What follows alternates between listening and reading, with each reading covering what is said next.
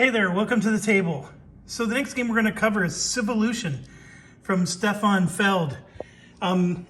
There's already a few playthrough videos out there, even for solo, so I'm really not covering new territory. Other people, Paul Grogan in particular, I think his solo playthrough is actually quite good. He just released today, what is today? November 13th, 2024. So he just released today a rules walkthrough. And then another group, I can't remember the name of the group, but they did a rules walkthrough. And then a husband-wife team also has a rules walkthrough. So I'm not even like covering a background that they didn't. It's fantastic that there's already 3 rules walkthroughs. All of them are good. The husband and wife fumble a little bit like I do, but they did a great job. So all I'm trying to say is go watch it somewhere else. No, I'm kidding. We're gonna play this game, and we're going to we'll go through setup and do solo. The solo looks interesting. It's a little cheaty McCheaterson. I'm not going to be a huge fan of the solo. I can already tell you that. I think it's going to let me at least enjoy the mechanics of the game. But it's going to boil down to a fancy beat your own score because the way the solo thing works. But it is a neat system, the solo system, which is not super cumbersome. Like we just did Red Dust Rebellion where the solo, I would take 5 minutes to take my turn, and then it would take me 25 minutes to take the solo turn or the AI turn. So this is going to be very different.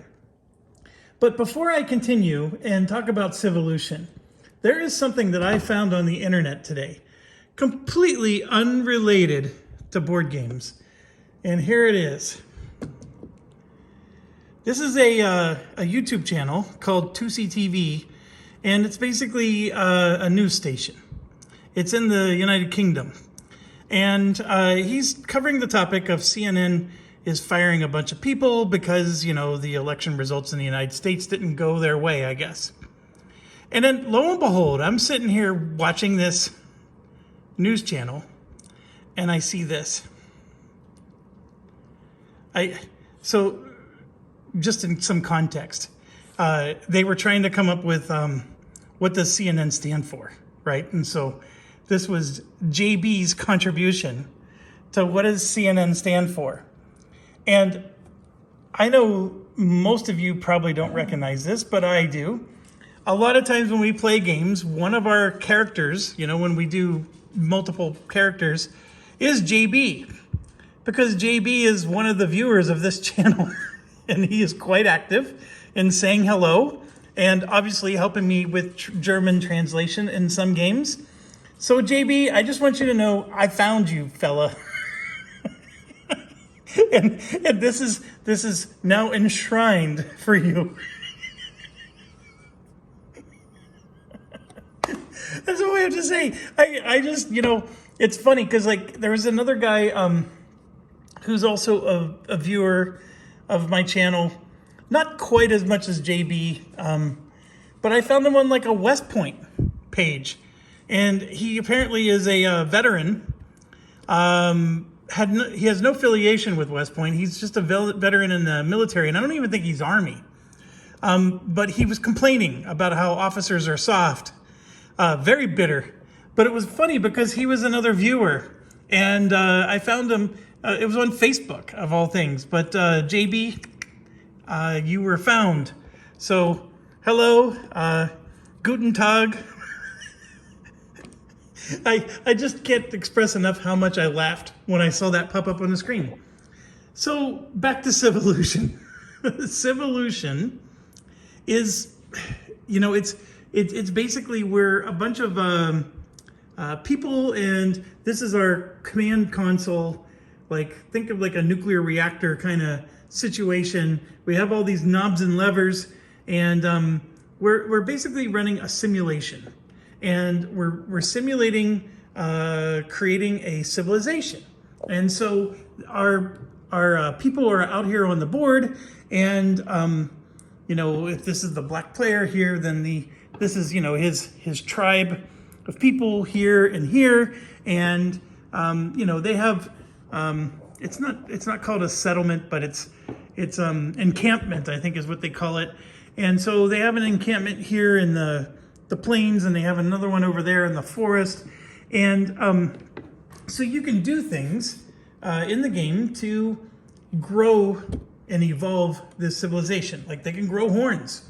They can you can add intelligence and stamina and composure, dexterity, expressiveness, and vision to the particular civilization that you're evolving.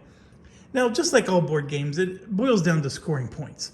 So you can create the most, unique type of, civilization as you want, but you could still lose the game because you went a little too thematic and not enough on focusing on the points part of it. But that's what we're going to get into. And this is a pretty heavy game. Although I have to say, now that it's clicking, it's not so bad. And it's overwhelming at first. And just even like going through all the components, it's going to take easily an hour. And then setting it up and all this stuff. But basically, the gist is you have this big player board. And within the player board, it has, different sections. Like this is where you keep track of goals that you want to accomplish. And the iconography that you see there is what happens when you complete those goals. So these are the rewards you get. And then you have to maintain food for your people and money. And that food and money can lead to prosperity. And these are settlements that you can build, which is separate from encampments. And then you have boats, which is actually harder to see. It's probably easier to see on the red player. And then these are 3 farms you can build. And farms are very abstract in this game. Don't overthink it. A farm in this game is an extremely abstract concept, but you can build 3 of them, and it helps you to manage things that are happening on the board itself. Within the board, you have 18 regions, and then you also have water, which I'm not counting as part of the 18. And basically, it's 3 of forest, grassland, hills, swamp, mountains, desert. And the reason you have 18 is because each one has a unique resource that they produce. So in the desert, there's going to be 3 deserts on the map. One of them is copper, one of them is salt, and one of them is sand. So for example, here's one of the desert. So this is going to be copper, salt, or sand. And then here's another one, copper, salt, or sand. And there's another one, copper, salt, or sand. I'm not revealing them because this is actually set up for my multiplayer playthrough. So we're going to do some solo playthrough of this, but not until tomorrow, because tonight I'm hosting and my buddies are coming over and we're going to play this game for the first time. And so I will at least have a multiplayer playthrough of this through my system. A lot of times you guys see me play a game where it's my first time playing it ever. That won't be the case here. I'm actually going to be a lot more prepared, I think, with this one. Now, it'll be my first time ever playing with the solo module, but that'll be hopefully not as bad. The one thing I can tell you is that there's a lot of pieces and there's a lot of levers. It reminds me a lot of Mr. President. Mr. President was like, oh my gosh, how am I ever going to learn this game? But then once you sit down and look at everything, it's not so bad. Now, they do give you like Lisboa style, because Lisboa was a game I remember that was distinctly like this. You have like this pamphlet that explains everything in the game. And so if you're a player and you're like, well, what does this mean? And what does that mean? It's all in here. It's just that there's pages and pages of it. I'm actually nervous that some of my friends are not going to like this game. Some of them have a very low tolerance to complexity. They can handle complex games if the rules are not complex. This one has complex rules, per se. I would say Enemy Action Ardennes is way more complex than this. But there's just a lot of, if I pull this lever, then these 3 things happen. There's a lot of connections. One thing I will tell you is when you're setting up the game, there's these 9 tiles that are used for scoring. So the way scoring in this game works is at the end of the game, you score along the bottom. Everything you see here is a score point. So we're going to score this track, and then this track, and then this one, et cetera, et cetera, et cetera. But there's these 9 tiles, and you can see 3 of them are here. There's one under the terrain. It's called expansion. And then there's one under the prestige track, and there's one under the technology track. And what these did is they bumped up, because normally you score 1 point for every space you bump up. This turned it into 2 points. So that was a random thing. So every time you play the game, certain tracks are going to be more valuable than others. And then we also have over here at the end of every era, these are scoring opportunities that occur at the end of the era. There's 4 eras in the game. And those are the same 9 tiles that I drew from. So those tiles could just as easily have been over here. They, in fact, when we talk about 9 tiles, it should be 1, 2, 3, 4, 5, 6, 7, 8, 9. It's literally all 9 of these endgame tiles. 3 of them end up here, 4 of them end up over there, and then 2 of them don't even show up in the game. So it's a very interesting way of changing the way scoring works. And it does make each game feel a little fresh, even though the rules are the same and you know, some of the other things are the same. That does change like how you're going to focus, and how, you know, your tactics that you used last game may not be as worthwhile in this one. And then of course, the order that these appear matter too.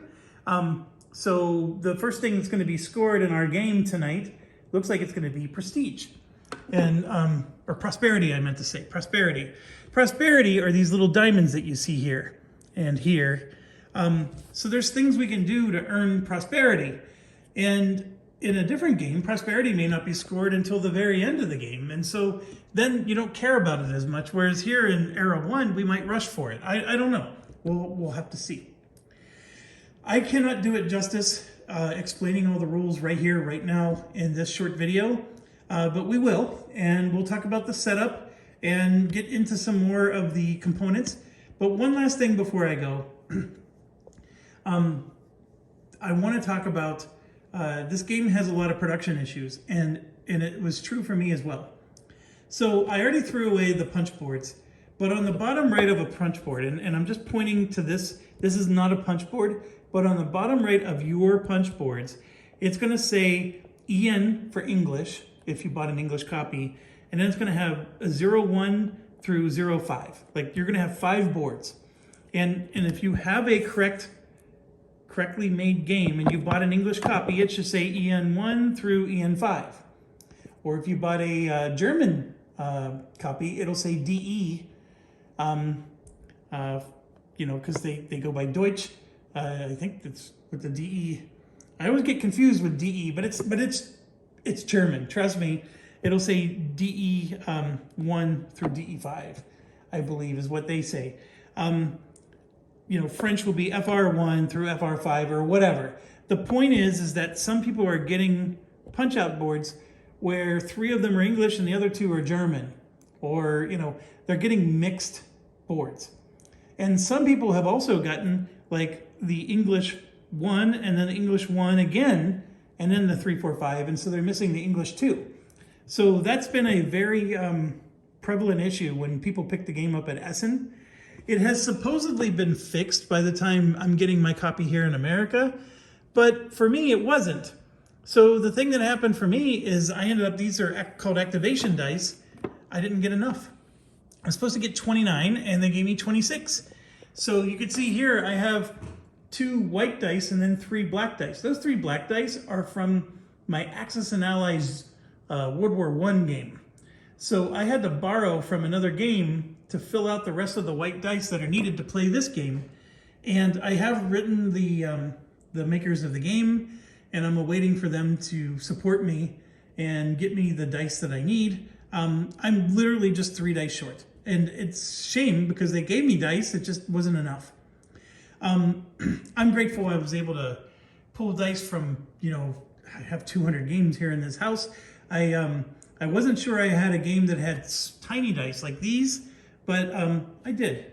It's leave it up to Hasbro to make cheap components with smaller dice. You know, the smaller dice for this game, I'm okay because I'm not rolling them all the time like you are in Axis and Allies.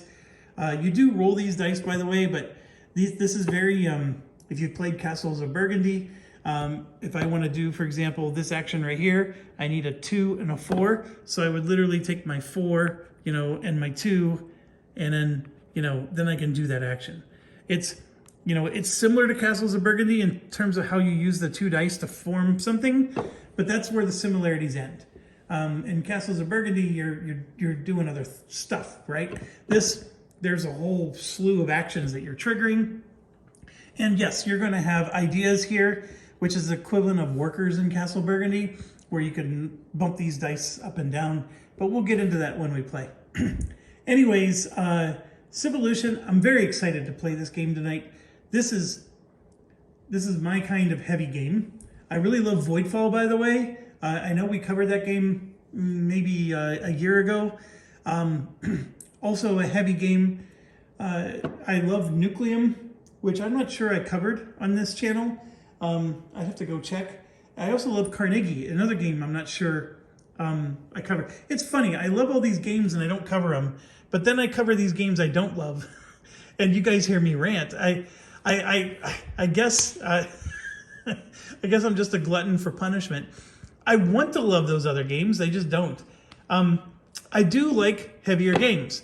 The coin games, if I can get 4 people or 3 others to play it with me and not have to do the solo bots, I would love coin games a bit more if I didn't have to do the solo bots. But anyways, I don't mean to be, you know, so broad brushing here, but this is a game I'm absolutely excited to play. I am nervous because my regular gaming group is not as heavy board game as I am. And so, you know, there's one of them that his favorite game of all time is Love Letter. And I'm not saying that he can't handle a more difficult game, but that's where his gauge is. And so these games with a 6-page booklet to refresh you on the rules are probably not going to appeal to him very well. But I give him credit. He brings over his beer and he doesn't complain too much, just a little. And he's always a trooper, and I love him for it. So anyways, we'll play the multiplayer, then we'll get out the solo and try that. And as always, thank you for watching, and stay awesome. And then we found you, JB.